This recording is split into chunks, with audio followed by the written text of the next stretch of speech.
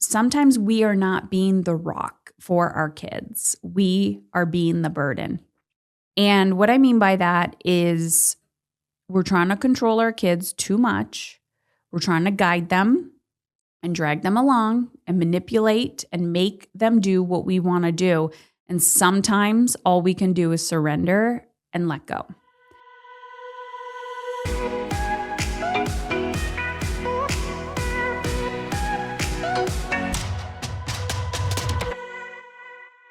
All right, this is a very interesting conversation that we are having today. I interviewed two people. One is my son, Logan, who I've talked a lot about over the years on the podcast. Logan is 21 years old. He flew the nest a year ago. I had Logan when I was 18 years old. And so him and I it's always been a little bit of like us against the world, very different connection with him than my other two boys. But also, when I say connection, it's not just about how he and I had to quote unquote grow up together. But what I've also noticed is that it's always the child that triggers the shit out of you that is the most like you, right? So I say parenting is personal growth on steroids. So I interview Logan today, but you're also going to hear from Brooklyn. Brooklyn is Logan's friend. She's been in our life since she was around 10 years old. She's 21 as well. They went to school together. And Brooklyn has supported me in my business at some in-person events. And she also lived with us for 3 months in Mexico this winter. So what I think is interesting about this conversation is one of these 21-year-olds are my biological child and one is not. So more in like a mentorship role. The reason why I wanted to interview both of them today was many, many reasons. But one of the reasons is not everybody that I attract, not everyone that I work with even has children. And not everyone that has children that I work with have college-age kids. You know, some have teenagers, that's the fascinating part about motherhood and parenthood is sometimes it's grandparenthood and your kids are different ages and you have kids at different ages and different seasons. So sometimes people are like having kids for the first time in their 40s. Sometimes, they started young like me. Sometimes you have no kids at all. Sometimes you've acquired kids. But here's the thing. I think as adults, we need to understand that children need us to show up differently. So even if you are not in the raising children phase, and if for those of you that send me messages and say, I wish I had you when my kids were younger. Well, if you're a grown-ass adult and you wish your parents were still around or you wish your parents would show up for you differently, I am here to tell you it's never too late. But there are people around you, there are young adults and children around you that are begging for adults to show up for them. And I feel strongly that part of the core mission that I am here to do on this earth at this time is to advocate for children. I have always felt that way. Even as a child, I always felt like I had a bigger purpose and I always felt connected to kids. I felt like I could read and understand them. When I became a social worker, it was very easy for me to, go to the child that everyone was labeling as behavioral or like difficult. And for some reason, I did not find them difficult. And I think the reason why I do not find children difficult, I am not reflecting on my own children, in my own home. But when I'm observing people and quote unquote difficult children, when I'm neutral and I'm not emotionally attached to that child, I just see a child that's misunderstood. And I think I can empathize and identify and, be a voice for kids because I was that child. I was the misunderstood child. And I think we're also way overcomplicating what childhood is because we think we're separate then, or we think we're different. But the reality is you are just a child in an adult body. Like you have more life experience, which is not necessarily a positive thing. You're going to hear me talk to Brooklyn, and you're going to hear me. I mean, you have a male 21-year-old and a female 21-year-old. Obviously, one is biological and one is not. It's the nature versus nurture. But I want you to pay attention to how Brooklyn specifically talks about her mother and the adults that she was around. I want you to hear how she has, as a woman, has desire, ambition to become and feed her what most people call the more, right? The parts of herself that has dreams and desires, and how adults project their own judgments and fears on to children. Now, there are many, many things that I could say about this. I also want to just talk about the pink elephant in the room. They were both in a good mood today. They were both in a good mood when they recorded. And I wanted to say that what you hear people say and reality are two different things. So don't let that fool you. Do not let that feel like you're watching Instagram and you're like, what am I doing wrong? Because my child just told me to go fuck myself. Yeah, my 16-year-old told me that this morning too. I need you to understand that how people show up is going to be a different version than when they're having a bad day or a bad moment. I'm interviewing them. I'm asking them questions. They still have the full range of the human experience. They still trigger me, piss me off. They're still annoyed by me. I trigger and piss them off on a daily basis. But I want you to realize it takes two to tango. So let's talk about Logan first. I'm going to share the clip of Logan. I'm setting the tone and the stage. Logan is currently in Bali at the time of this recording. Before that, he lived in British Columbia. All of these things are lining up, and he decides to leave British Columbia and says to me, I'm going to go to Bali. As his mother, all I can hear in my body is, oh, for fuck's sakes.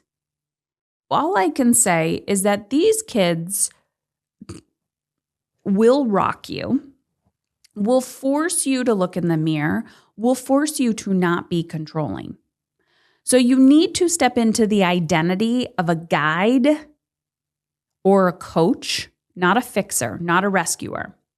We talk a lot about this inside of my coaching. If you're interested, I'll tell you about that later. But we talk a lot about the drama triangle and the empowerment dynamic. It takes a lot of inner work to get to the identity of the empowerment dynamic.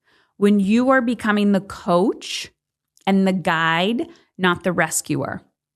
You really need to look internally. And Logan has taught me that, because when he tells me things like, hey, I've been in British Columbia for a year, I'm just going to pack everything up, I'm going to get out of my lease, and I'm going to go to Bali. And I'm thinking, what's your fucking plan, bro? You don't even have any money in the bank. Like, what the hell are you going to do? And the kid figures it out. He gets his security deposit back. He figures it out. He talks to people. I'm not doing any of it. What I've realized is my role in this stage in his life, I need to become as neutral as possible. I can use this skill in coaching when I'm coaching women because I'm not attached to their life. I can ask them questions as a neutral observer. Okay, this is what you do in quote unquote therapy. But as a coach, it's like you can ask questions as a neutral observer, and then you can challenge and be a challenger. Well, once your kids, they trigger the shit out of you, and they trigger every wound, every nook and cranny. It's wild to watch. So I get it as a parent. But I also know that if I do not let my son express himself, he is going to slowly die. And some people think that's dramatic of me. But here's the thing. You will hear him say, you encouraged me to travel, Mom. And I did. And then when he told me he was going to do it, I was like, for fuck's sakes, Be careful what you ask for because they might actually do it. My number one lesson as a mother has been to get out of my children's way, and that is triggering a shit. I need to figure out, and I have, to manage my own energy to feel alive and aligned and energized, because if I don't, my cup isn't full. My identity is too attached to them being my everything. Think about you, or think about how you grew up, and this primal instinct to make your parents proud, and that when you actually decide to live your life to please other people, regardless if it's your parents or not, you could be trying to please a partner right now or please a boss or please whatever. When you're pleasing other people, you are not being authentic to who you are. And when you're not being authentic to who you are, you lose yourself after a while. My number one goal is to make sure my kids know who they are. That is a wild ride to go on because most adults don't even know who they are. I'm still figuring out who I am. I actually think identity is fluid. I think you change, you evolve, you have seasons of like, I feel super aligned, and then seasons you're like, this doesn't fit me anymore. This is out of alignment. I'm constantly reinventing myself, and not because I'm lost, because I'm growing all the time. Life is fluid. You're constantly evolving. You're changing. You want different things. You're pivoting. But when you just refuse to change, you're going to become a very controlling person. And you know who you're going to want to control? People around you. It could be your children. It could be your team. It could be your partner. It could be your friends. And some people love being controlled. But when you are raising world-ready kids, when you are raising children who want to go out into the world and do big things, who want to live in alignment, and I'm sorry, but we are now living in a time where we're raising more conscious children than ever. And it's not necessarily being raised by you. And sure, you could say it's being raised by social media, but they have access to more information. They're using critical thinking skills. I actually think our children have way more critical thinking skills than we give themselves credit for, which is why when they use their voice, it pisses us off. I said what I said. So he figured it out. My role has been his guide. You will hear him talk about, and it's interesting because as I was listening to him talk, he would say things like, you know, you just need your parents as your rock and, you know, your guide and their support. And I, in my head, was thinking, Logan, I don't think you realize that not everyone has a rock. He said something about that. And I was like, not everyone has a rock. Not everyone has a rock. And sometimes we are not being the rock for our kids. We are being the burden. We're not being the rock, we're being the burden. And what I mean by that is we're trying to control our kids too much. We're trying to guide them and drag them along and manipulate and make them do what we want to do. And sometimes all we can do is surrender and let go. And if you go back to episodes in Emotionally Uncomfortable in the last 2, 3, 4 years, and I talk about parenting, I am talking about Logan. And that kid, there were moments where I was like, well, I got to control your behavior because you're going to drown if I don't.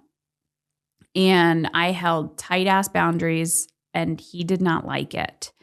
Now he's respecting it more, but when he was around 15 to 16 to about 19 years old, I felt like I brought a wild animal off the street and I was trying to domesticate them. That's what parenting felt like to me. But if I'm radically honest, and this is what I'm going to say, when you are raising a child, especially, I'm going to say a male child, when you, or biological male, and just I'm talking about like hormones and how the brain is developed and stuff, regardless of gender identity. I'm literally talking about the biology. When you are raising a biological male child, their brain is very different than the biology of a female child. And hormonally, chemically, Logan has taught me that this primal, and I think women can fake it because you do what's required to perform and get through life. He has shown me that if you do not feed your soul, you will want to die. And that is incredibly vulnerable to say, but I get that. When I was Logan's age, I was already a mom. I was single. I was in university because that's what I thought I needed to do. He is living the life that I wish I could live in my 20s, which is probably why I'm like secretly rooting for him. Well, I root for him, but I can see why other people do not understand him. I felt misunderstood. Go back to pre-motherhood. So I was 18 when I got pregnant. So I was about 16, 17. I was not feeding my soul as a teenager. I didn't know who I was. I had no hobbies. I was not good at sports, but I was depressed because there was depressive energy around me. And the adults around me were telling me, what are you going to do when you're older? What post-secondary education are you going to do? You just need a job and you need to get money, blah, blah, blah. So I did the things. I worked almost full-time outside of school hours, and I felt dead inside. I had money in my bank. Didn't know what to do with it, so I spent it to try to manage my emotions. I felt dead inside. Secretly, I would say things like, to nobody, just myself, maybe write it in a diary. But I knew if I said it out loud to an adult, I would be convicted. I would get in trouble. I would be labeled. I would be medicated. And to be radically honest, I didn't have adults around me that I felt psychologically safe enough to share my truth with. So I just wanted to leave my body. I didn't understand. If there was an adult around me, and there was one adult, I had one teacher who I could tell in hindsight gave a shit about me. And it was a male teacher.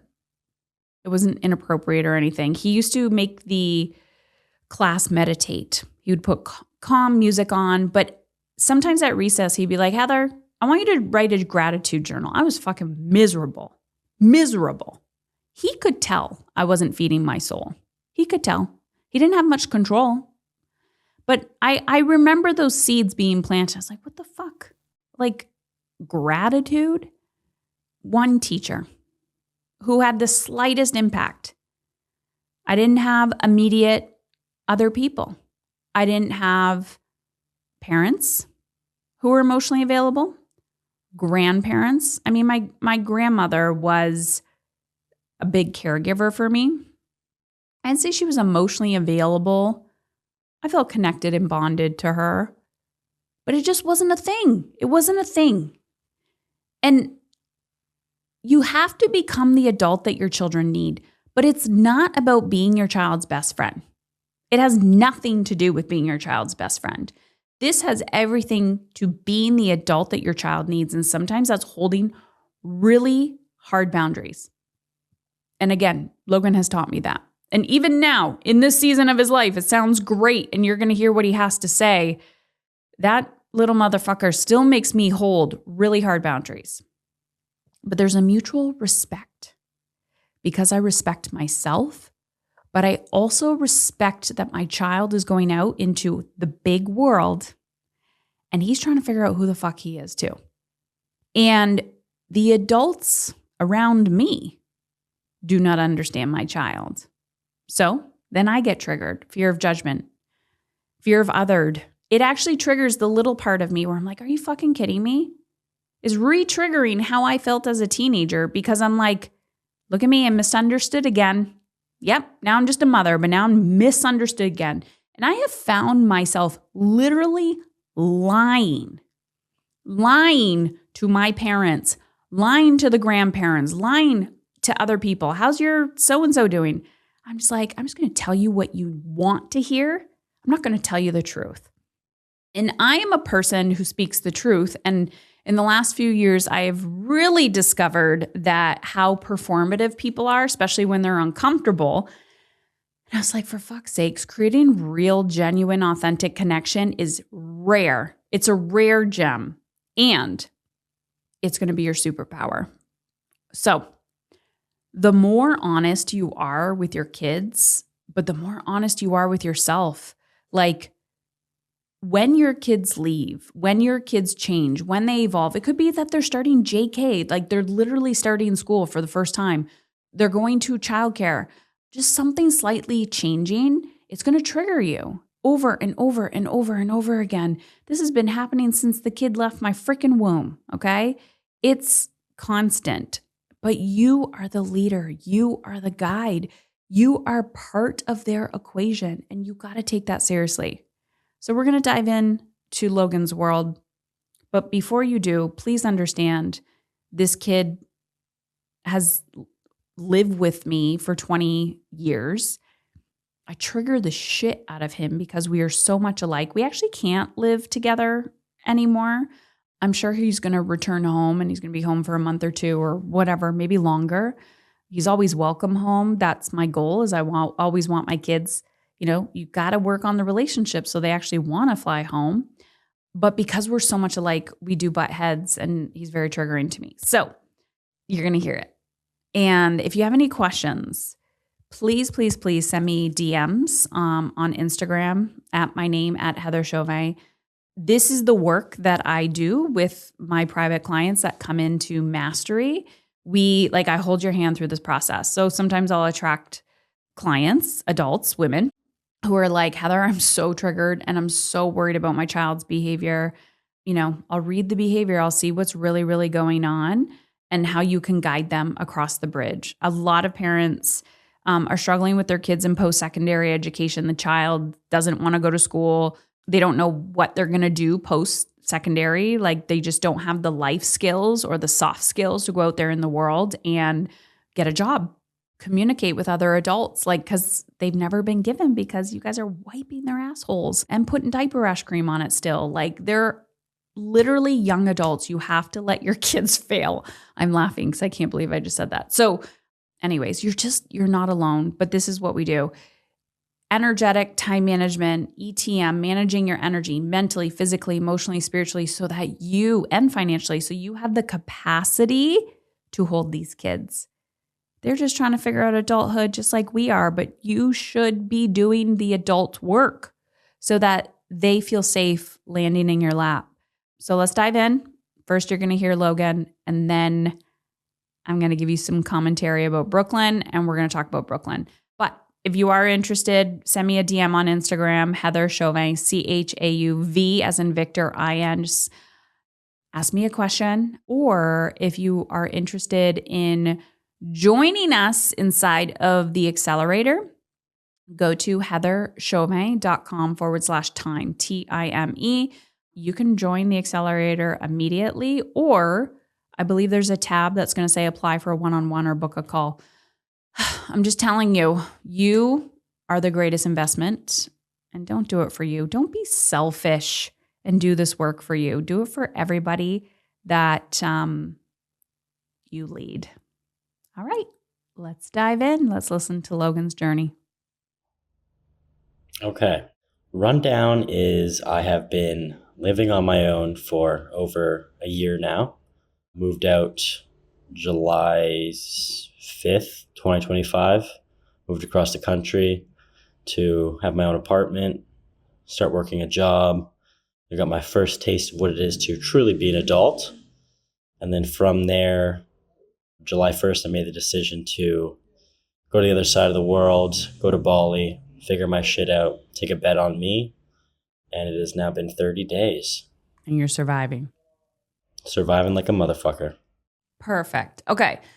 When you think about the last year of your life, what was incredibly surprising to you that you did not expect? Good, bad, ugly. I think the biggest thing was the degree to which the term "no one is coming to save you" actually applies to life. I always I knew that term, and I told myself no one's coming to save me. But I didn't really understand what that meant until I moved out. Which part did you so badly want to be saved from? And probably still do. I mean, for a long time, I just wanted not shit handed to me, but I wanted to, have some sort of direction. But I think the biggest thing was learning that at the end of the day, no one is coming to save me from myself. Mm. And that was a big realization, especially moving out, going into adulthood. Let's go down the path about direction. I get this from a lot of grown ass adults who still say, I don't know what I want. I don't know what I want. You give them a path to be like, okay, go do this, go do this, go do this. But there is this level of certainty that the brain craves and desires. So, what have you discovered about direction? I've been kind of obsessed with it for a while now, especially just getting out of high school, and it's been a buildup. And I've kind of just been like clinging on to everything I've found, and I've just put these unrealistic expectations, planning, just constantly like searching for things. And the reality is that I don't know everything right now. Like I'm still 21, but embracing uncertainty has honestly been the biggest change for me in my entire life. I think like everything that I have wanted has been on the other side of embracing this uncertainty and just understanding that I don't need to know everything, but I need to do something. And then from there, the answers just kind of come to me. They piece themselves together. Okay, so let's talk about guidance. So, whether it's from me as a parent, whether it's from another adult, people that you're meeting, what has been helpful to help you brace uncertainty? And helpful, but maybe not enjoyable. So, those are two different things. But what would you say is helpful to help you brace the path of uncertainty so you are taking radical responsibility for, quote unquote, no one's coming to save you? For me, truthfully, it has been just the fact that I know I always have support. Even if it's the support that, maybe I don't enjoy, triggering comments, kind of just getting a little reality check once in a while. But just knowing that I always have support has taken a lot of the fear of uncertainty. You know what I'm saying? Okay, talk about support because I don't think people understand the definition of the support you're talking about. Well, it's a big term. There's a lot of different types of support. Support for me means that at the end of the day, I can come to you in an emergency if I'm going to die, if I've gotten a scooter accident, if I'm absolutely fucked and I'm going to be sleeping on the street, and I can come to you and ask you for help. But it also means like I can come to you, no judgment, tell you what's going on, and just know that, there might be some judgment, some comments, but I know at the end of the day, you will listen and just support me in any way you can. I think that that's kind of missing a lot I notice with parents and stuff, and even just some of the people I'm talking to here, they're so kind of stuck in this idea that they don't need support, or that like they'll just do it themselves because they've never experienced true support from adults, teacher, like just anyone. You know what I'm saying? Yeah. So, how do you know that you have support? Like, I don't think it's someone handing you something. So, how are you certain that you have support? I'm just certain because time and time again I've been shown that there's people willing to fight for me.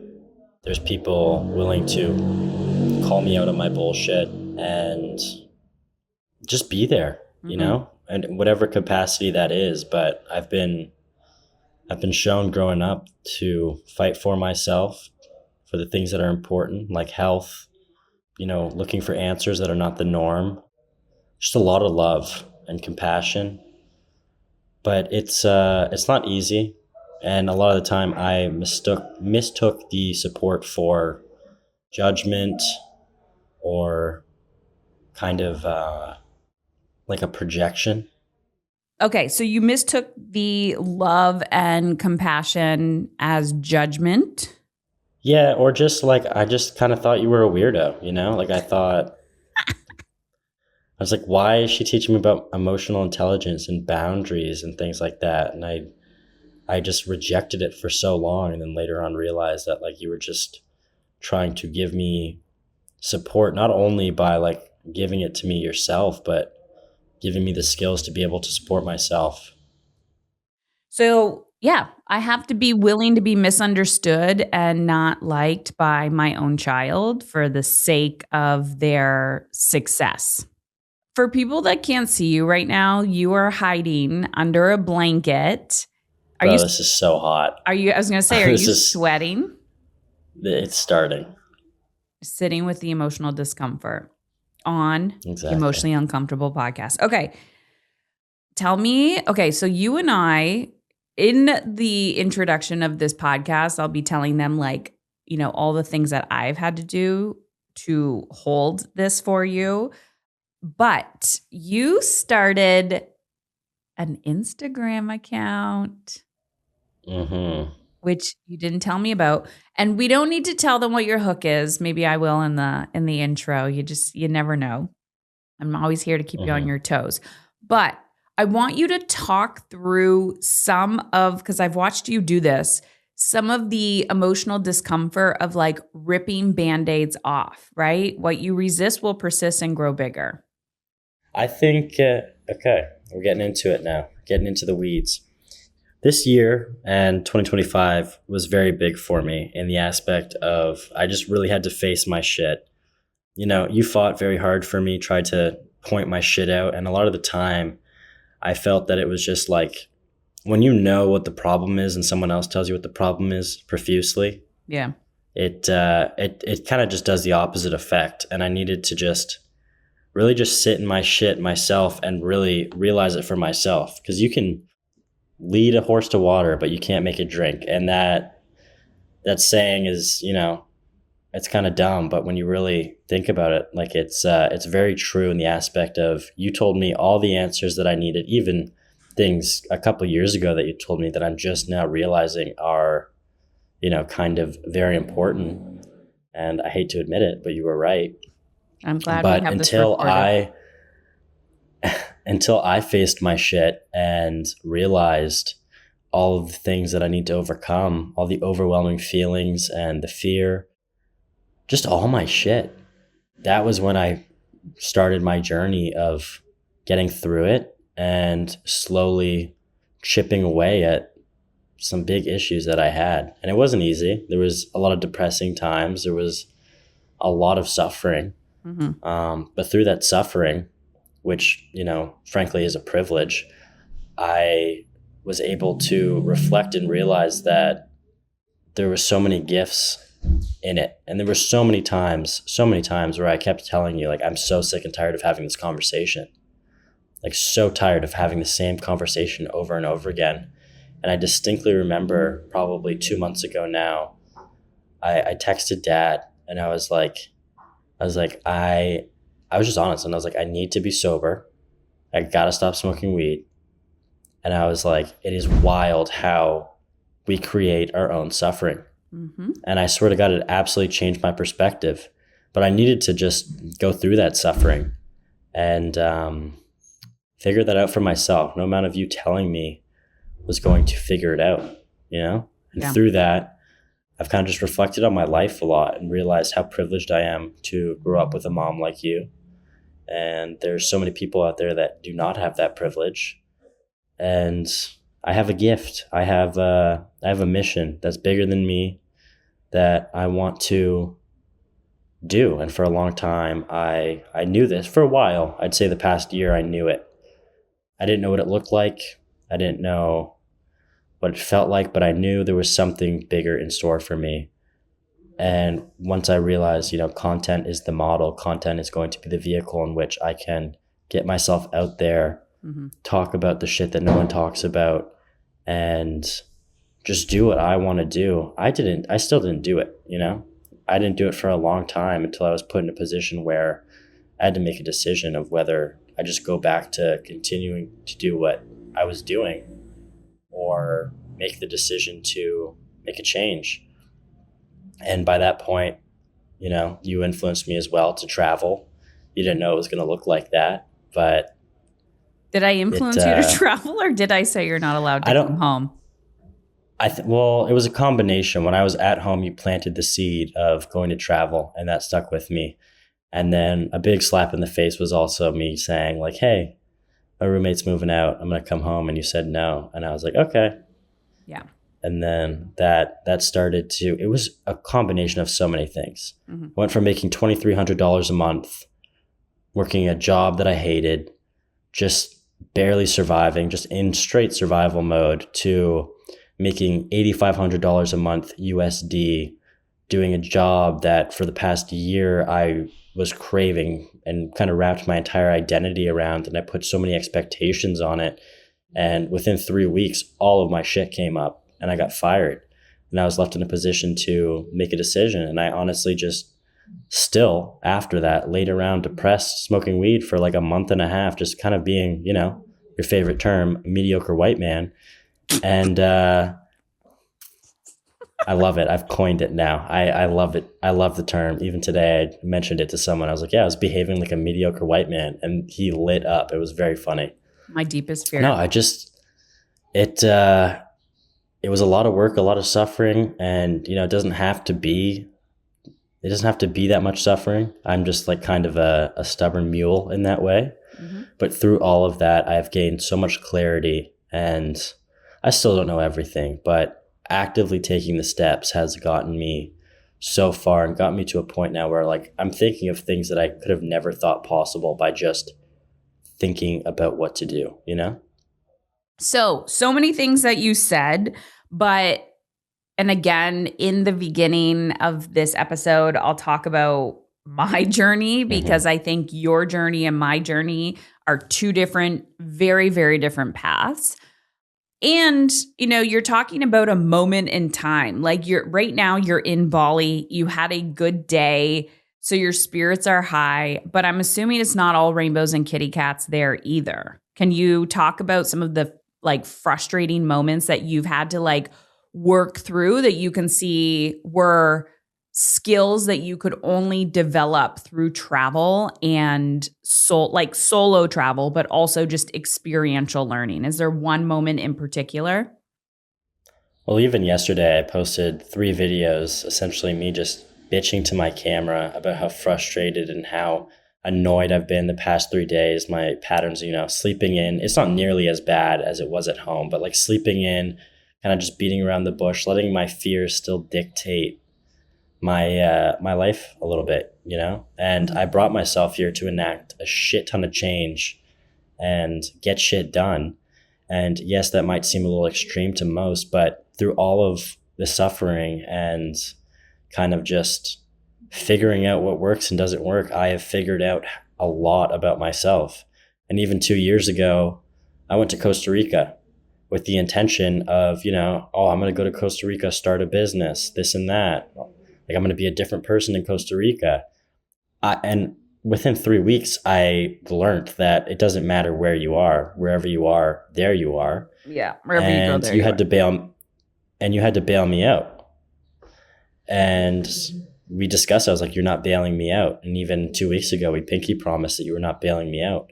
But when I made the decision to do this, I understood that it doesn't matter where I am. I'm still going to have to put in the work. So I put in the work. I put the things in motion before I left. Mm-hmm. But go ahead. Well, okay. So these, like, what I've observed is like you're in it. Okay. So this is like your endurance event. You and I are very, very similar as humans. Like I see a lot of myself in you. And which is why when I'm looking at other adults being like, you know, where's Logan? What's he doing? Da, da, da. I'm very protective of what I say to people, mainly because people just don't understand, right? Nor do they give a shit. If people are not walking the regular path, and people who are listening to this, Logan, are parents who are probably raising a child who is not walking the traditional path. Regardless if they're walking the traditional path or not, what is going to occur, it either happens at your age or it's going to happen midlife when the awakening happens of what the hell? I've checked all the boxes. This is not what I wanted. But can we just talk a little bit about, and that whole like protective thing, I'll talk about that in the intro. Mission that is bigger than you. When I say I see myself in you, the battle that I have personally struggled with is as your mother who's walked the path before you, knowing that I am very mission impact driven. Like I need a sense of purpose, right? Most people who are in a healthcare field, like I went into social work, give a shit about humanity and they want to make an impact. The difference with you is you have this male brain. You are also of a different generation and this absolute obsession of what it needs to look like and how it needs to be. And one is soul-led and one is ego. And so a soul-led desire to feel a certain way, you have to like feed that. Like I call them breadcrumbs. So, and that's where the aliveness comes with. That's where energy comes from. So, so let's go back to I had the job, right? You were like, I just need to make money. I just need to make money. I just need to make money. And I was like, that's not what he needs, but sure, let's give you that. You just need to make money. So you had that multiple times. You made more money, and then you were like, this wasn't it. So what have you learned about finding your quote unquote passion, that part that has nothing to do with checking a box? Do you understand what I'm saying? Yes. And I kind of want to I'm going to formulate my own question out of what you just said. Go for it. But I think right now it is the best time to be alive, and it is also the worst time.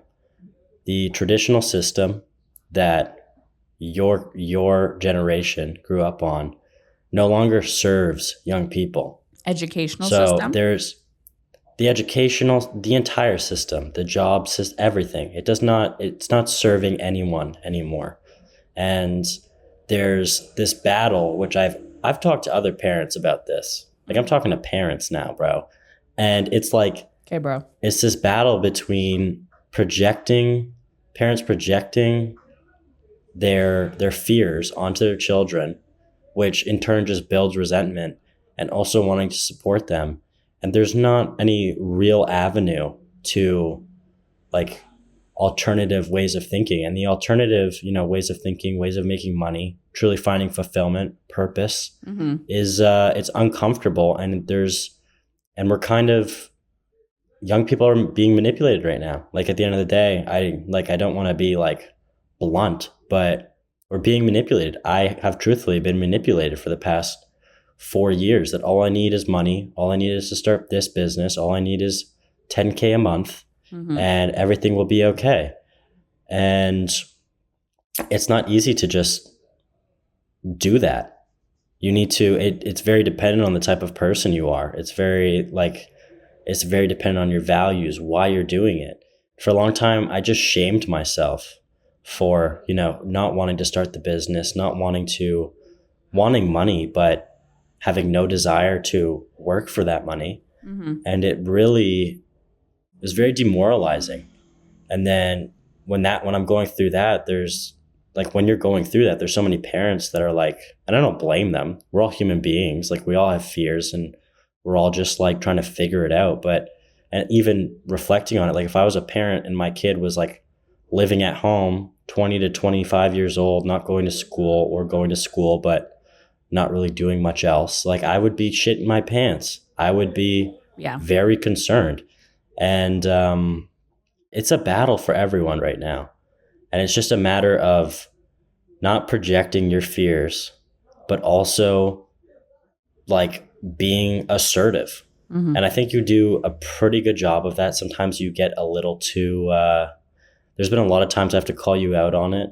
And I'm aware of it now, especially through high school, of you projecting. That was terrifying. But it's a difficult time, it's not easy. And that's kind of that's where I'm at. Like, I'm like, okay, there's a big gap here and it's just going to continue to get worse. I've been through it. actively, and I'm actively like enacting a shit ton of change, facing all my fears, figuring it out as someone that is mission led, someone that is purpose driven, actively figuring it out and showcasing it. It's not about making money. I know it will make money at some point if I just continue, but it's about like providing value and just like giving hope. Yeah. And I have been doing this for a month and a half, and I can't describe to you the impact that I've already had on people's lives and the impact that it has had on me, and the way that I am thinking now would have been impossible a month and a half ago. But that's just me, like that. You have to find that as the individual. There's no one right answer for everyone, but it's just a scary time. Everyone's freaking out. It's not easy right now.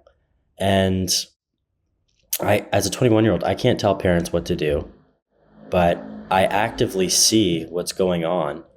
And I don't blame anyone. There's no resentment. There's no anger. It's just like you either have to choose to just understand while also, holding clear boundaries and being assertive in the ways that are important, or you are just, contributing to the problem. Yeah. You have said things. So the battle I've noticed is like the natural developmental phase of like wanting to figure out who you are beyond your parents, right? So I can't be right. I don't know what the fuck I'm talking about. And so you're just like run. But at the same time, I'm still your rock, right? I'm the person that's like advocating for you, all the things, watching this essentially wild animal be caged. And I'm like, well, you need to be caged a little bit just to protect yourself. But at the same time, I know that this is not the environment where you're going to thrive in. And I just need to watch you like crash and burn and figure shit out as you go, right? Experiencing contrast. But you talk about projecting fears as parents, which I think is a really interesting topic as itself, because most parents parent from fear, live in fear, and it's perceived and performative in the way that it looks so good. I mean, I could go on Instagram right now and look at all my friends and all the accomplishments of their children and all the things that they're doing and like the vacations they're on and da. And most of that is fear-led. Most of it is fear-led. Being assertive in holding a boundary with your child is probably one of the most emotionally uncomfortable things I've ever been through. To do it in your best interest, which has nothing to do with me. But when I'm parenting from fears, you know that, and we've established a relationship where you can call me out on that. And then I get to choose whether I want to course correct or if you're just trying to manipulate me and I need to stand firm with my own boundary. Yes. I honestly, even you saying that, I think the biggest thing is when I was younger, I used to, even you, especially when you were, parenting or coaching parents back in the day when it was specifically parents, I was like, who is hiring this woman to talk about parenting? I genuinely thought that, but because I was just like so against what you were doing, I was so against it. I was so against the phone downstairs. I was so against all these boundaries and like you calling me out of my shit. The phone downstairs, what does that mean? The screen? Like, yeah, just like stupid rules and shit. Yeah, your brothers are pushing hard against them right now. Oh, I have heard. But through that, like even you talking about this, I'm reflecting on it. It's like most people don't even want to, like the people that, show the accomplishments of the children and stuff. They don't want to show that because you see people from a different light when it comes to being a parent. Like at the end of the day, there's not one parent that is great. There's not. Parents fuck up. We're all human beings. There's no such thing as an adult, we're just giant babies. We're all learning. And it's just a matter of like how truthfully, like it doesn't matter. And it's just a matter of like how much you choose to learn. But when you see people that, you look up to, like you admire their life, if you saw them, sometimes in their bad moments as a parent, yelling at their kid or, like just being like super frustrated, you would look at them from a different light And that's frowned upon, but the reality is that's being human. Yeah. And there's a big gap there. And it's just the time that we live in. Everyone's so performative. Yeah. And it has continued to just get increasingly worse. Okay. Let's have a quick conversation around you're talking to these parents who are very triggered, struggling with their kids or young boys or young men. What message do you have for these parents? Not to be harsh, but like I'd say before you try to like tell your kid what to do, you got to kind of look at yourself. You got to just really reflect on the things that you're doing. Why are you telling them to do this? Mm-hmm. Why are you getting angry when they do this? Like, like there's a lot more going on than just your kid's being a dipshit. There's a lot more. It's like, oh, he's being a dipshit and I was a dipshit at the same age and I don't want him to be a dipshit. Right. It's like things like that. So it's really looking at yourself, and that's not an easy thing to do.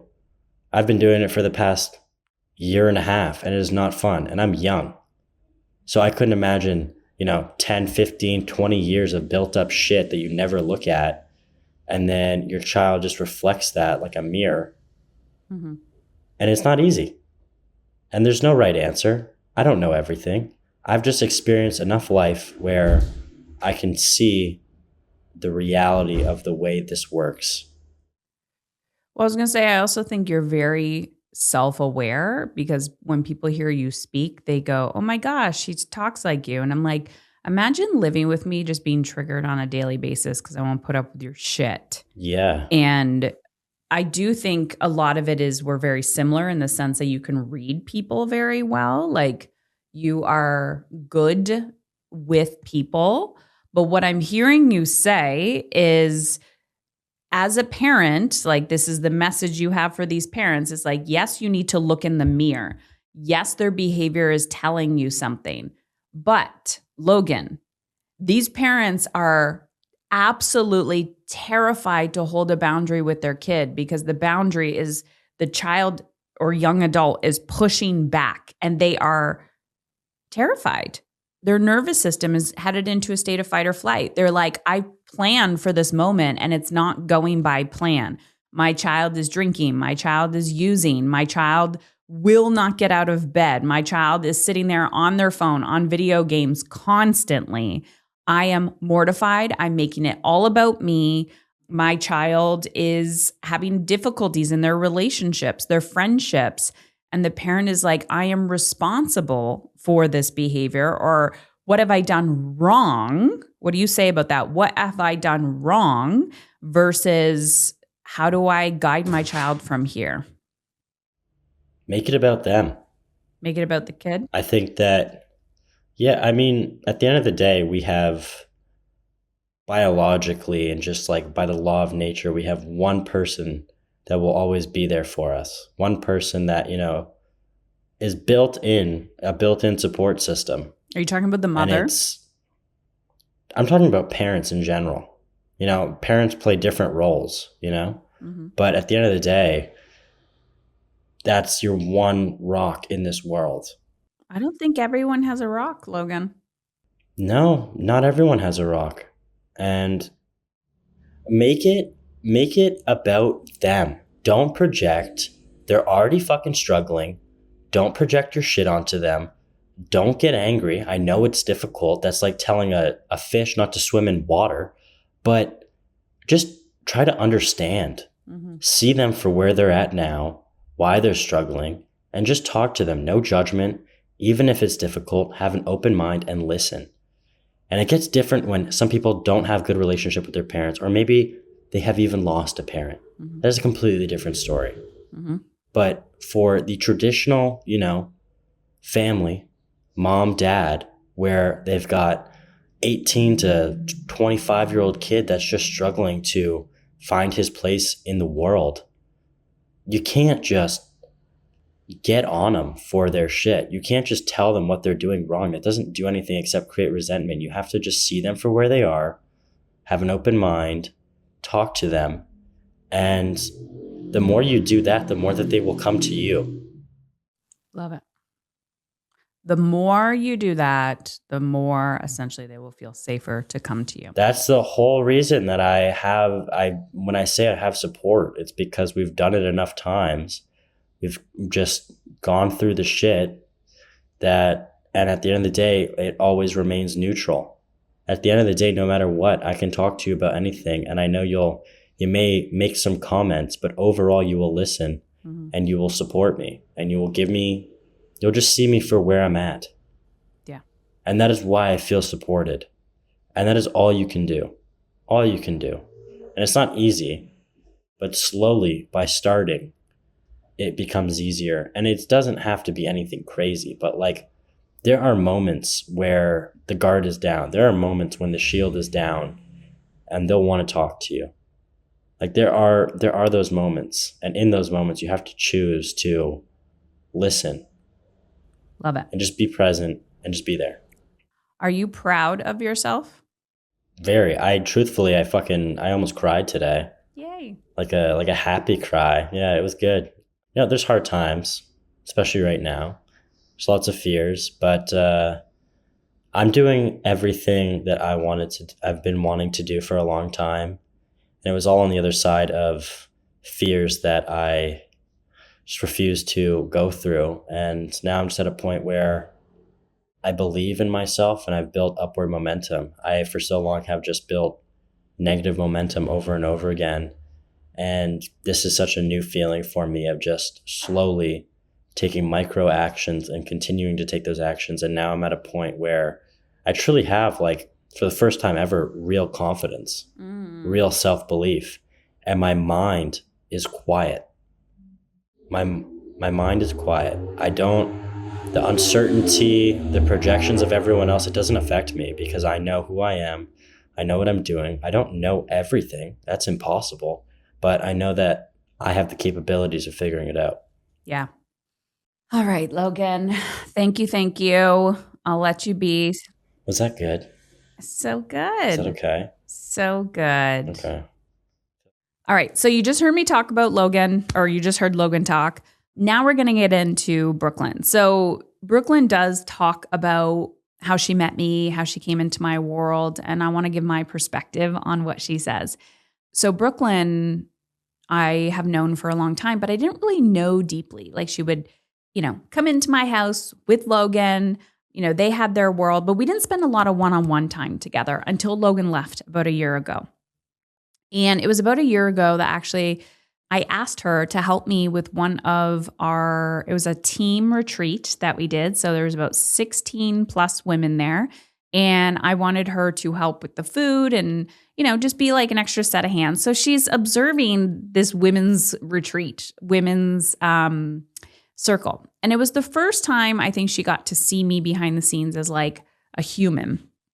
And I asked her for her feedback that weekend. And a huge part of it was taking me off the pedestal, which is often what I hear from people. Like, I put you on a pedestal. Now I'm taking you off. I was like, great, please do. I'm like, I'm a human just trying to figure it out like everybody else, except I don't know, because I'm on a podcast or something, you've developed a relationship and a connection with me and you think I'm better than what I am, in the sense that we're all just trying to figure this out. So, she said that. She's like, I can see, like, your heart beats, you piss, you shit, you eat, you do all the things like every other human does. I'm like, absolutely. The one thing that I wildly underestimated that weekend was observing her coping strategies. And I think this is what we are judging of our children and people. It could be our partners, it could be our team, it could be our family. When we are triggered by other people, it's because we're just literally triggered by their personality and their coping strategies. And one of Brooklyn's coping strategies is one that I see a lot of women struggling with, which is the comparison game of I am not good enough. And when I am not good enough, this is where people call I become a bitch. But she doesn't shrink, she gets bigger. So she wants to fight. And that was the first weekend where I was like, okay, emotional regulation is going to be her thing. She needs to learn emotional regulation skills. You hear Brooklyn talk about this in our interview. I misinterpreted or I underestimated, that's what I'm trying to say.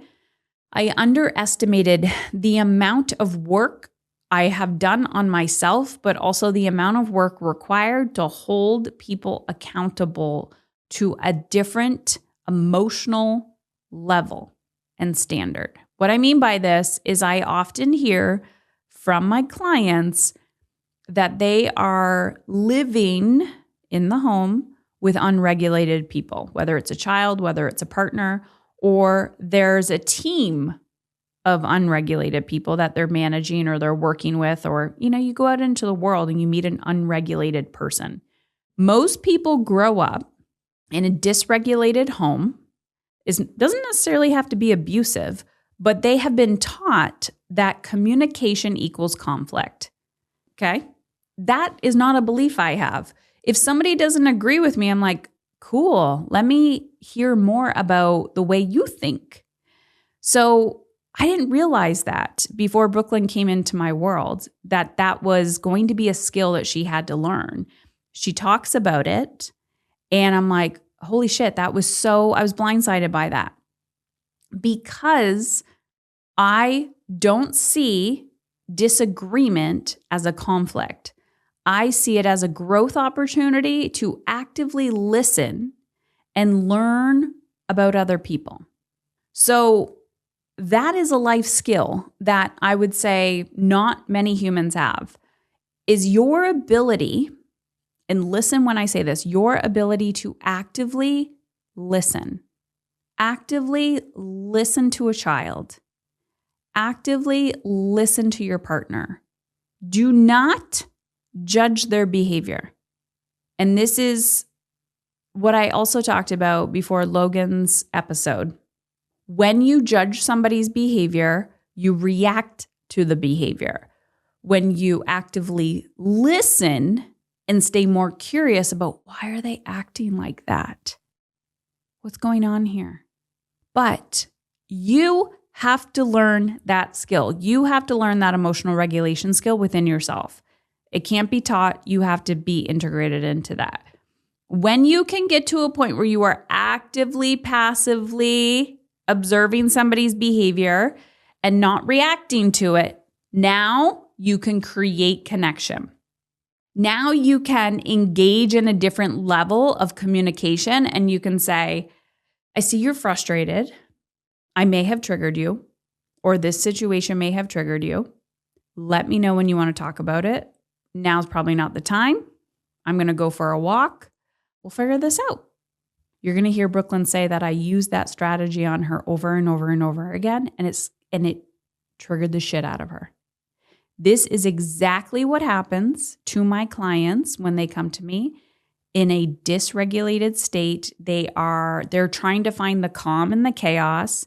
They're blaming everybody else around them, their children, their partner, their work, the weather, everything. And I'm like, okay, they haven't yet mastered the skill of energy management. Because when you master the skill of energy management, you know who you are, you know your values, you are living in alignment with how you want to feel, you're working in alignment with how you want to feel. The way you do things is in alignment with how you want to feel. Once you understand that concept and you are rinsing and repeating it and you are implementing it, when people like Brooklyn enter your life, because remember, she's not my child, she didn't grow up with me, so she entered my life, she was literally in our home, I fucked her shit up. And what I mean by I fucked her shit up is because I had to hold the energy that I wanted to embody. I had to hold groundedness. I had to hold calm. I am telling you, that was not emotionally comfortable for me. The amount of energy and effort it took to hold that was a lot. It was actually more than I thought it would be, because now we have somebody else moving in, right? In a different country. So that said, I had to double down on my energy management, emotional regulation. I did double down on it. When I did that and I held it, and I practiced what I preached, she was triggered. but it's like sticking your finger in oil and water and stirring things up. She eventually came to this homeostasis. She raised her energetic standard. When she was raising her energetic standard by being in an ecosystem, it triggered the poop out of her, but she did what was required, and then she up-leveled her energy standard for how she could feel. Because she did that, you can see her everything changed. Everything changed for her within months. Within months. Okay? Actually, within weeks. So, if a 21-year-old can do it, you can do it. You just need to be willing to get uncomfortable. So this is when I tell people, if you hold the standard for how you want to feel, the person that you are in relationship with, whether it's a child, like a toddler, a teenager, a young adult, your partner that sleeps in the same fucking bed as you, people you work with, they will rise to the occasion or they will leave. They will rise to the occasion or they will leave. If you don't know how to hold it, hold your standard, hold the energy of what you want to embody, you will always be in conflict. It's radical responsibility for how you want to feel. But if you're trying to rescue them constantly, then you shrink back down to their level and you're meeting them where they're at. You can have empathy, but you don't need to shrink to meet them. Rise to your standard, they come up. What a gift. What a gift. So we're going to dive in to Brooklyn. So curious, your thoughts here. I love feedback. I love aha moments. So go to Instagram. You can private message me, Heather Chauvin, Chauvin, V as in Victor, I-N. And if you're like, Heather, I need to figure out these skills because you want more time, more energy, more connection, more money. If you're a business owner or you want to take that leap, this takes courage. It's human skills. Nobody freaking teaches you this shit. And then you're just being sold crap on the internet. I have 3 simple tips too. No, it's emotionally uncomfortable. It is. You got to be willing to do the work and go through the emotional discomfort to get to the freedom on the other side. So if that's you, go to heatherchauvin.com/time. We're a human-led business, so you can also book a call with somebody, see if it's a good fit. Either way, I hope you gain value from this. I hope you take action from it. I'll see you on the other side. Let's dive in. Brooklyn. Yes. We're here. We are here. We have made it. Welcome to Emotionally Uncomfortable. Incredible. Been waiting for this moment for years. Would you say that being emotionally uncomfortable is just a prerequisite of being in my world? 100%. Yeah. It's non-optional. Okay, so give people a little background on how we know each other. Okay, so I met your son when I was like 10, and we became best friends. And then I was constantly at your house. Beautiful. And I started to meet you little by little. And honestly, at first, I was absolutely terrified of you. Why? Honestly, because you were the woman I wanted to become. And I looked up to you, and I was very scared of judgment and things like that. So I was very emotionally uncomfortable around you. That's funny. What did you observe that intimidated you? You expressed yourself. You weren't afraid of saying anything. Whenever it was, whether you were talking to Logan, whatever it was, you were always straight to the point, and you always expressed yourself properly, and it was something I wasn't used to in my world. Mm-hmm. So it really threw me off. Like, if you were upset, there was no yelling in the house. There was just expressing your emotions, and it was in a non-aggressive way, and I was not used to that. Mm-hmm. So it was very different for me to be in that environment. Like, what is this language? Exactly. I'm like, what? She has to go regulate what? It's really interesting, though, as an observer, right? And yeah, so you were afraid of me for a long time, intimidated. Isn't it always interesting how we are intimidated or triggered by what we want to become? 100%. Yeah. Do you notice that now you're 21. Do you notice that now as well in yourself when you meet other people?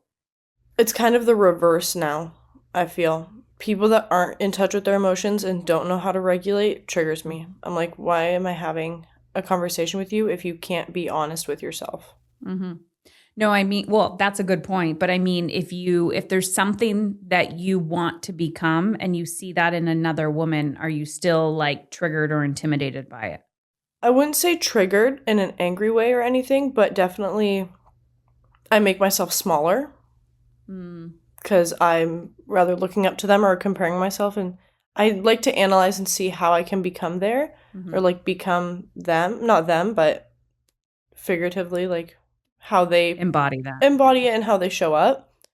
So I kind of get a little smaller just to observe that, and I kind of get into my head a little bit and self-critique and be like, okay, I have to take this action, this action to be able to get there. And I really have to do the work to be able to get there if I want to be that person. Mm-hmm. But all around, another thing is what I see online. I have started to, obviously, being in different worlds and stuff, noticing that it's fake. Not everything is real. Not everyone is perfect how they present themselves online. Well, I'm not really an online influencer person. I mean, I have an online presence, but I'm not a full-time content creator online, like on social media. I'm not shaking my booty. But that said, let's go back to when you were younger, because you've been in, my life or our lives since you were like 10-ish. I think you were around 10. Yeah, roughly 10. And so you were afraid of me. You didn't talk to me for a while. You'd come in, you'd say, hello, Miss Heather. Hello, Miss Chauvin. Like you were super formal. You'd run in, run out. But I would say in about the last year is when we started getting closer. So when Logan moved away, he actually encouraged you to hang out with me more. And we took it to the extreme, but you became a little bestie. Exactly. So you lived with us for 3 months in Mexico this winter. And the sole intent, well, not really the sole intent, but part of it was you were going to support Felix, our youngest, with homeschool education and just, I think that was the main, one of the main reasons, but also just getting you out of your hometown, just to like explore the world and have a different perspective, get you outside your comfort zone. Let's just talk about that traumatic experience for you of living with me for 3 months. What did you notice about yourself, like being immersed? That wasn't the first time we actually spent a lot of quality time together. You also did help at a retreat. But yeah, if you want to talk about any of those experiences. Yeah, and it was honestly very different because also, I believe 2 years prior to this time we went to Mexico, we did go to we went to Tulum together for 2 weeks. Oh yeah, I forgot about that. Yeah, that was you did not enjoy that, but yes, no, that was a very different. I mean, you liked it, but yes, just little slow drips. I knew I was going to get you. You really enjoyed the moon ceremony on the beach, and now look at you. Oh yeah, very enjoyed that with all my heart. Was not some woo-woo crazy. I know. I love the family pic I have. Everyone is miserable. I am the only one smiling. And now you're all fucking doing moon ceremonies. So you're fucking welcome. You converted us to the moon. Exactly. Join my cult. Okay. Let's go. So Mexico supported me with the retreat. Mexico. Yeah. Just talk about those experiences for you. So starting with the retreat, that was kind of like my initiation to everything. Really seeing... Your hazing, yes. Yeah. Really seeing behind the scenes of everything and starting to understand kind of how you work and really what your story is. Because I never fully knew what you did or why. And then I actually seen how you changed all of these women and how in touch they became with their emotions and how vulnerable they became and how it changed them. Especially we had the one woman that it fully changed her and she's amazing now. And it really threw me back and I was like, this actually works. And I was like, wow, I need to start focusing on my emotions and regulating and seeing what that can do for me. And then you offered me to quit my job, quit my schooling, leave everything behind, abandon my family, and go. Your family that was absolutely terrified of you leaving. Absolutely. Yeah. And brought me to Mexico with you for 3 months. And honestly, at the beginning, it was extremely emotional. It was a very big roller coaster. I was crying a lot. Not necessarily because I missed home or anything like that. It was just I was uncomfortable with having to sit with my emotions and actually regulate and be around people who are genuinely emotionally available and are in tune with themselves and know what they need. Mm-hmm.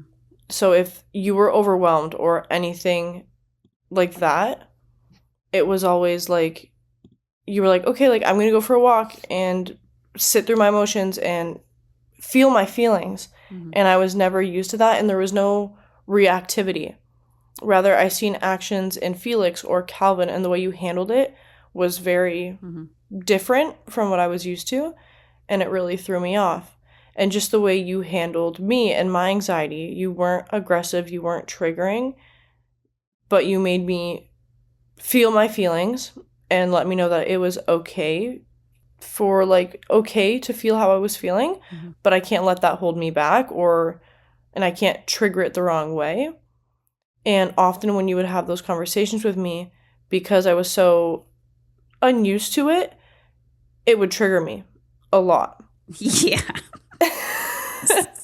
And even when that would trigger me, you wouldn't lose your lid and just be like, okay, never mind, whatever. You were just like, okay, you're in your red zone. Go for a walk and we'll talk about this later. And I was like, what the heck? I was like, what is this? And you just completely like shut me off. Like you're like, you're not going to inflict your drama on my energy. You're like, I'm protected. Demon, be gone. Go for a walk for a minute. I'm laughing because you're using language like, I'm like, I didn't exactly say, well, sometimes I'd be like, you're in your red zone, like, let's have this combo after. But I wasn't like, I need to regulate my emotions. I'm going for a walk. I understand that now intellectually you understand why I did what I did, where I'd be like, let's have this combo after. Like, I'm going to go for a walk. I'll be back. And then I would swear about you on my walk. And I'd be like, what the actual fuck did I get myself into? I have allowed an abused little animal into the house and she's wild and I don't know what to do. No, but to be honest, just even the beginning of this conversation, contrast is such an interesting thing because maybe you've had little bites of it, but you never lived in a quote unquote home environment where emotional regulation or mutual respect or communication versus like passive aggressive or fight or flight was never the culture.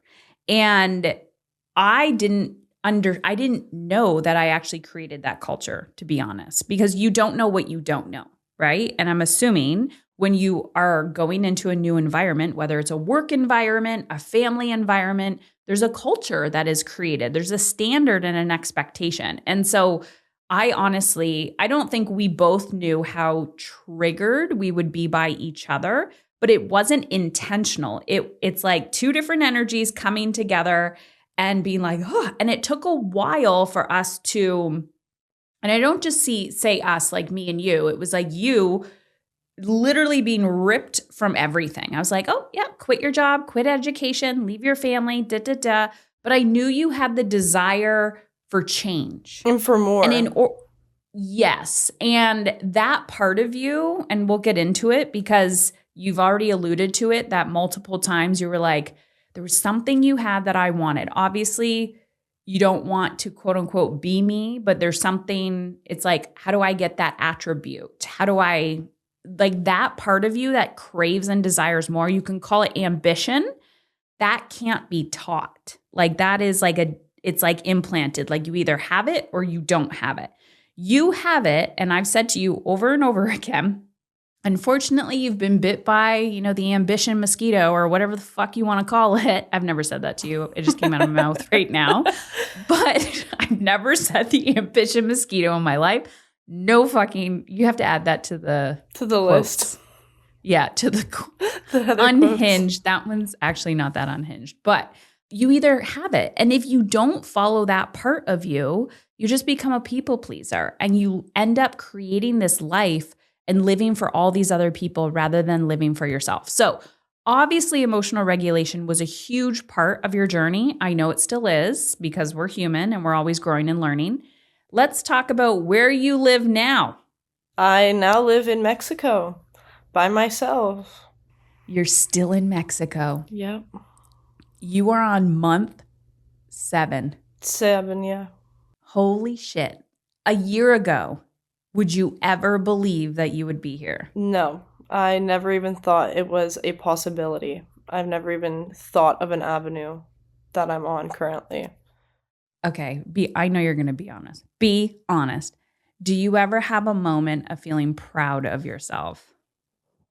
1%. Be honest. It's okay if the answer is no. Honestly, at times, yes.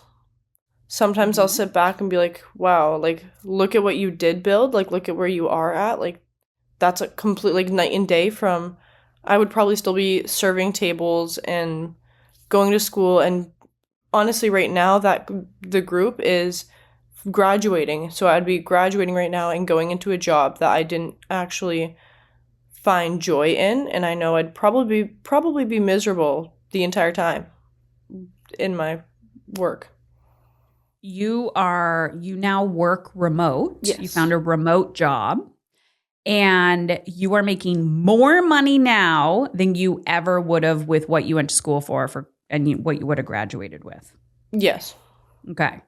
Now, how was that getting a remote job with no education? Like for that job? Absolutely terrifying. I didn't think it was even a possibility because I was always conditioned that you need a diploma, you need a degree, you need to go through all of this schooling and this and that, and I needed none of that. And now I make more than my sister even makes, and she went through schooling and she went through all of this and she has 2 degrees, and I make more than her in a month. So I remember when you were beginning of the 3 months in Mexico. Obviously, I'm working remote. You weren't making any money coming to Mexico. You had some saved up and you were terrified because you weren't working. Now, everything that I'm saying, my clients say to me as well. Like this doesn't go away, but the identity, because you were such a hustler. Like you were so used to hustling, like from sunrise to sunset, go, go, go, go, go, go, go. Like if you weren't working, you were in school. And when you were home, how many people patted you on the back for that work ethic? Nobody, because it's just expected of me, honestly. Everyone knew that, oh, Brooklyn's like always a hard worker, or Brooklyn's like never gonna stop. So it was always just kind of expected. There wasn't really a, wow, good job. It was just like the normal.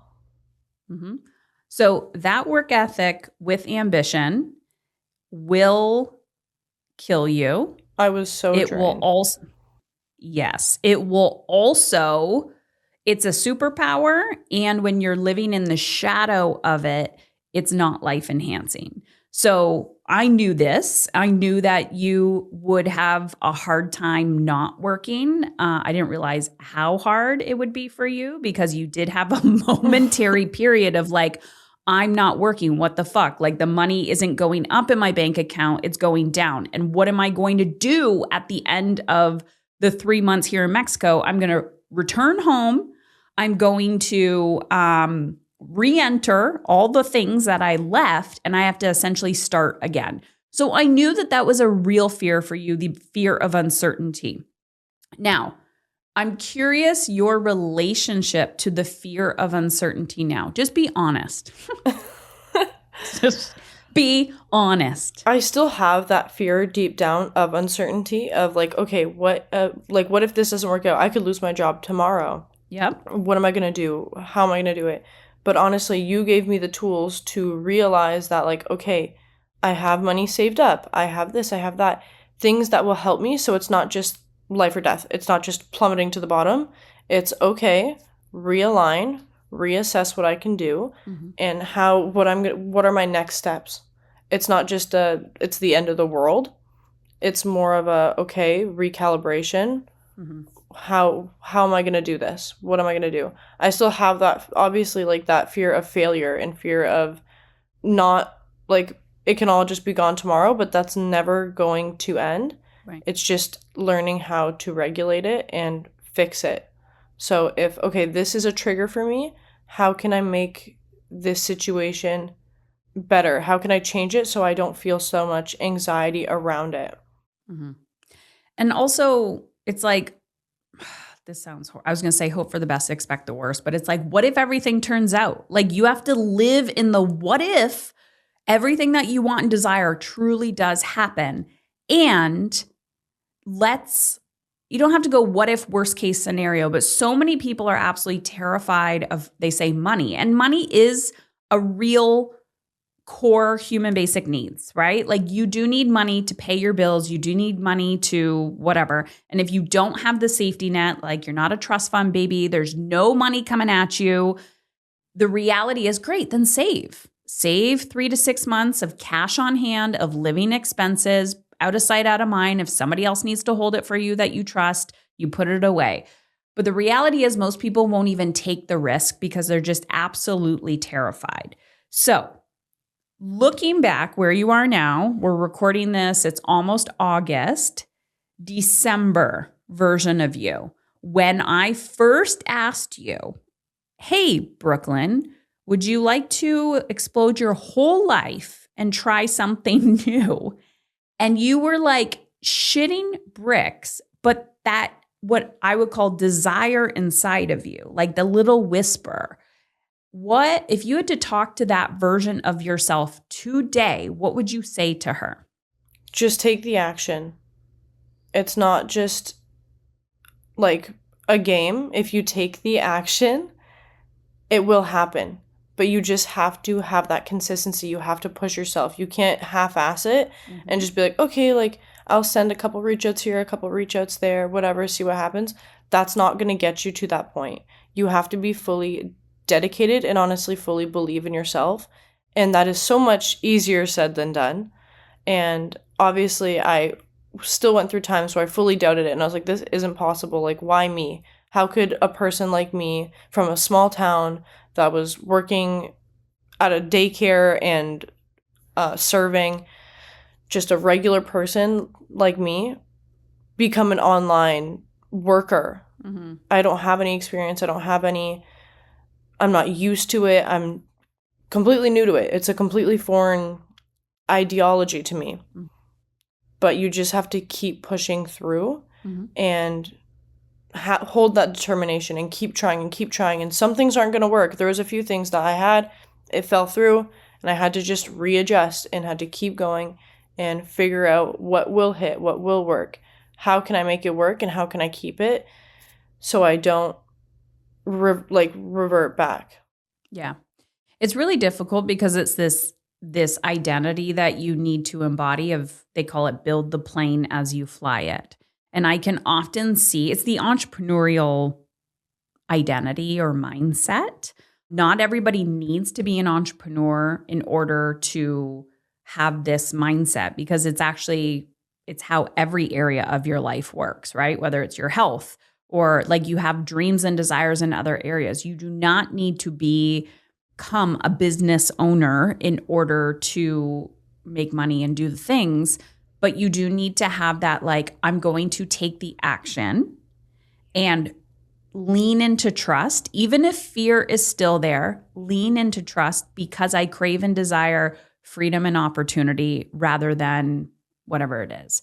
So for parents who are listening to this, so I do want to get into a little bit of like, who did I need to be for you? I know you've chatted about how I or us or the family, like you observe that we communicate, we are less reactive. I mean, I'm not perfect by any means.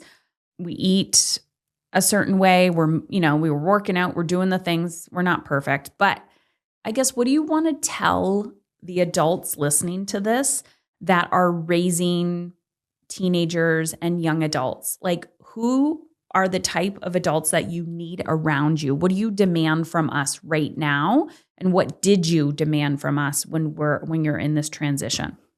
Honestly, adults who are emotionally available and aren't just going to rescue me, but instead help me feel safe and help me manage the feelings I'm feeling instead of just disregarding me and like pushing me to the side, and help me become more myself and just show, not without controlling me, showing me that there is different ways, there's different lifestyles, and that that's okay. And I'm not like, obviously I didn't change overnight and was like, oh, I'm going to eat healthy and this and that. No, I was still going to the corner store and buying chocolates or this or that, but just being You're still doing that, but yeah. Exactly. I'm just kidding. But being in an environment that creates that opportunity without making me feel small or making me feel not enough, and just creating the space where I can feel my emotions, I can work through them without being shut down or disregarded in any form.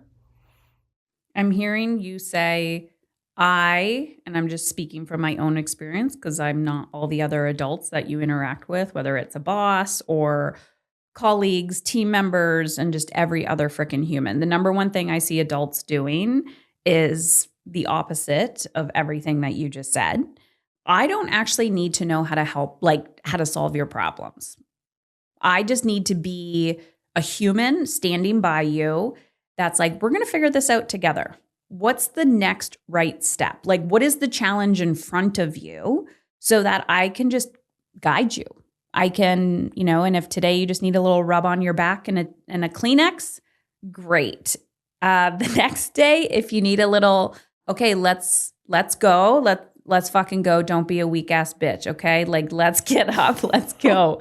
I'm kidding. But like, sometimes it's like knowing when someone needs a hug and then knowing when someone needs a hug and a little love tap and like, they're really struggling here. And yeah. Yeah. Just being able to see that and acknowledge that, and not like, it's honestly a big thing just about accountability. You're showing up every day for yourself. You're doing the hard things that you don't want to do and working through them. Why can't I do that? Are you coming and screaming at me that I'm not doing this and that? Absolutely not. But when you see that I'm struggling or you see that I'm having a hard day, you show up and you're present. And that's the biggest thing, is just being present without any judgment, without any expectations, just raw there to support that person and understand and hear them out. Instead of just solving their problems, have that conversation with them to see what they're actually going through instead of assuming how they feel. And I think that goes for not just parenting, but also leadership in work as well. 100%. I need, not that, well, like, if I'm having a hard day at work or whatever it is, and my boss comes and checks in and was like, hey, I noticed something triggered you on that meeting. Is there something you'd want to talk out? How were you feeling in that situation? What came up for you? And just being able to talk that out and express how you felt in that situation can change a dynamic so much and get it out of like a power trip kind of dynamic into an everyone's equal. Everyone's on the same playing field. It's just, how can I best support you in this moment? Can you go back to the moment? So there has been like some, I'm not going to call them rupture moments because that sounds bad. Maybe some like really big growth opportunity moments. It's like coming to Mexico, like there's no back door, like you're in Mexico, right? Choosing to stay there. Can you talk about why you chose to stay in Mexico instead of going back home? Honestly, it's just the aspect of why go back to something that did not align with me and did not feel good to be around. Mm-hmm. I was miserable. I wasn't the person I wanted to be. I wasn't who I wanted to become. And that wasn't going to change.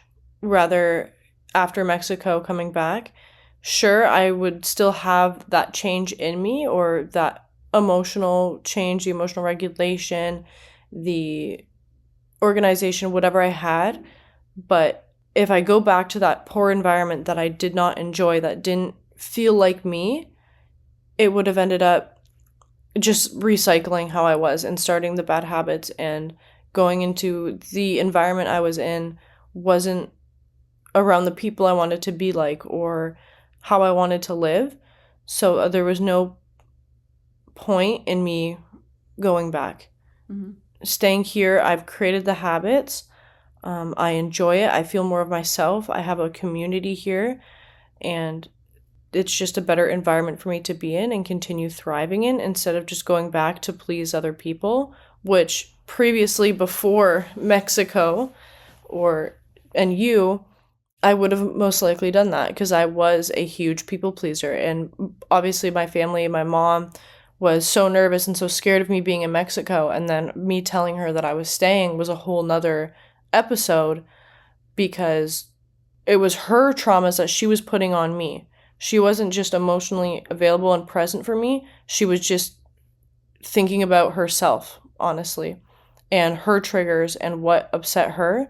So instead of being there for me and helping me become myself and helping me feel safe, like it's okay, it was more all twisted onto how her emotions were triggered. Mm-hmm. And yes, it's okay that she was scared. It's okay that she was nervous, but I had to be that person for her instead of having that support for me.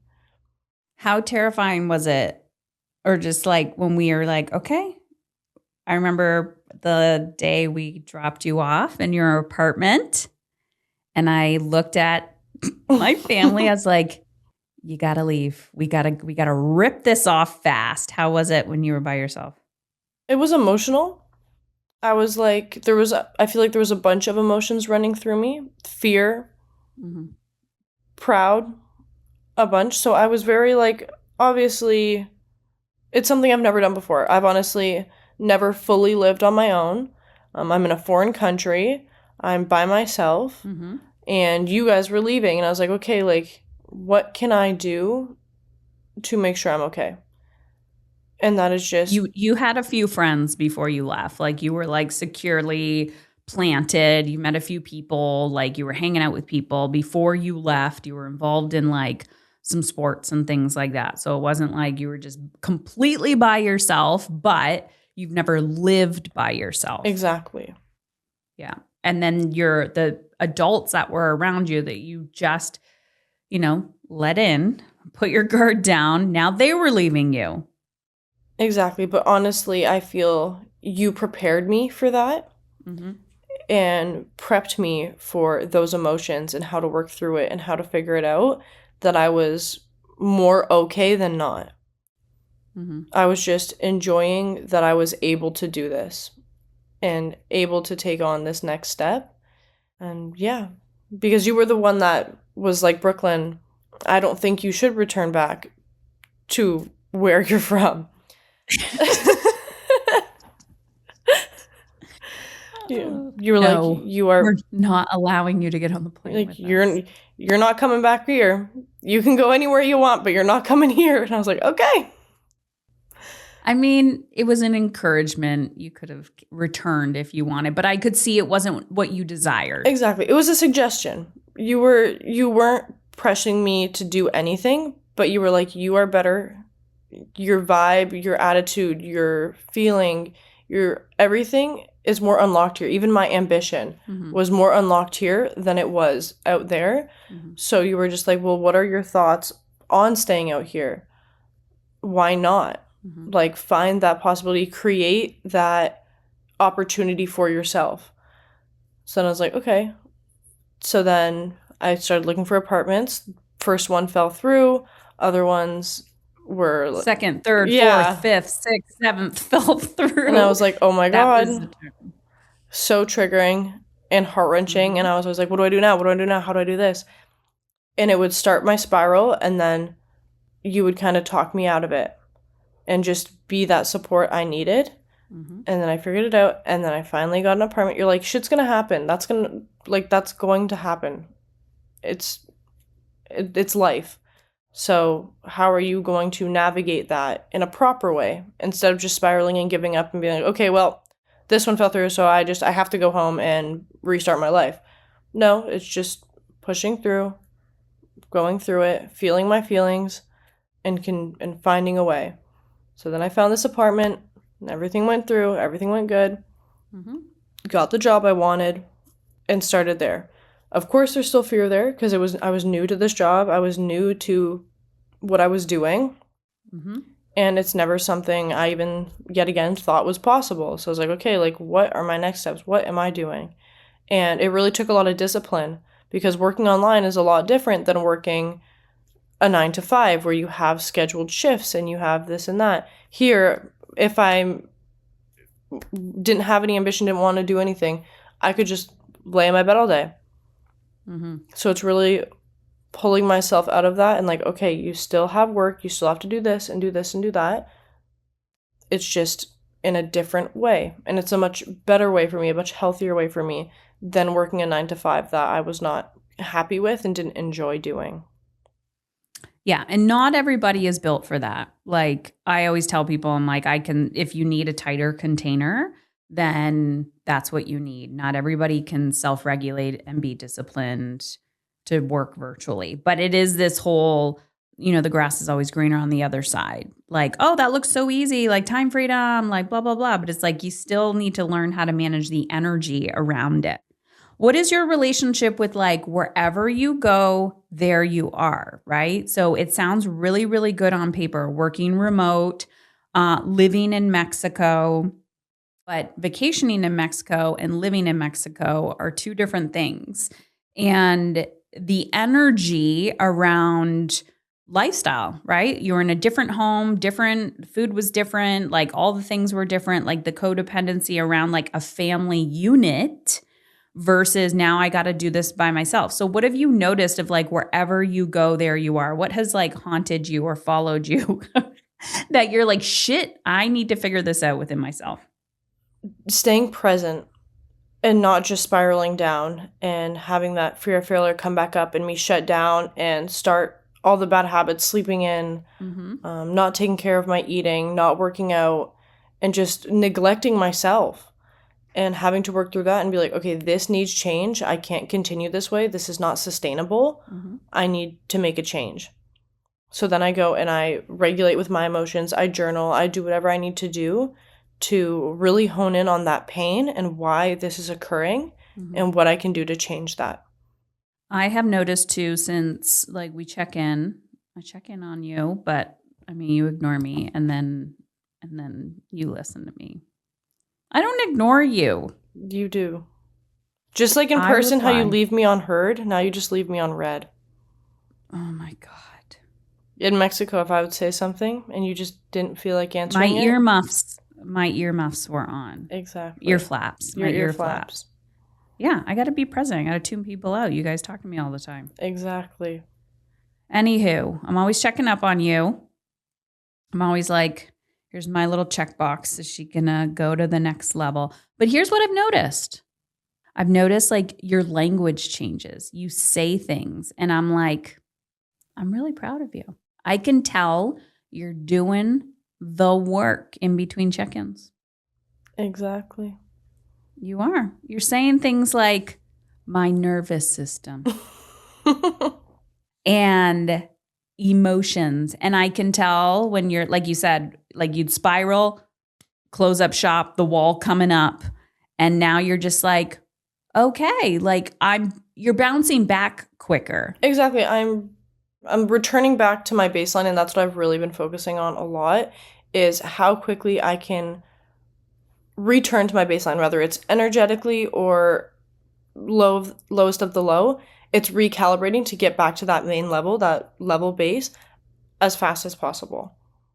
What would you say, because most of this conversation or most of the conversations, and we'll wrap it up, that I have with parents and adults about their quote unquote children, whether it's post-secondary education, whether it's this, it's always about the thing, like the tangible thing about my child in school, my child's behavior, my child's this, I can't get them to do this. It's always like a judgmental thing or the path or what it's supposed to look like. Most of the conversation that you and I have been talking about are more leadership skills based. So when it comes to making money, when it comes to education, when it comes to all the milestones that parents are absolutely obsessed with, what would you say are the actual skills they need to be focused on? They need actual life skills, budgeting, how to learn how to manage money, how to live on their own, how to cook, how to create environments for themselves.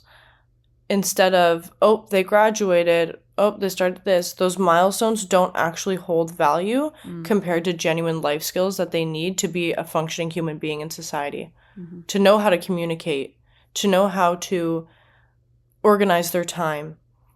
Those are the actual things that will push you or your children forward, like in life. Mm-hmm. Holding a piece of paper of a diploma or getting an A+ on their paper, that is not what's going to make them into the person that they're going to become in their future. Love it. That's not what's going to hold them. Love it. Any last words of wisdom? Anything you want to say? It's on your heart, mind. Be there. You don't have to always rescue your children. Just be the person that's there for them. You don't have to tell them how to do something. They will figure it out. Because it's not everyone, nothing's cookie cutter. Mm-hmm. It can't always be the same for everyone. Everyone obviously is different. So don't tell them how to do something. Just support them while they're doing it and learning. Love it. Thank you. Thank you. Thank you. Thank you.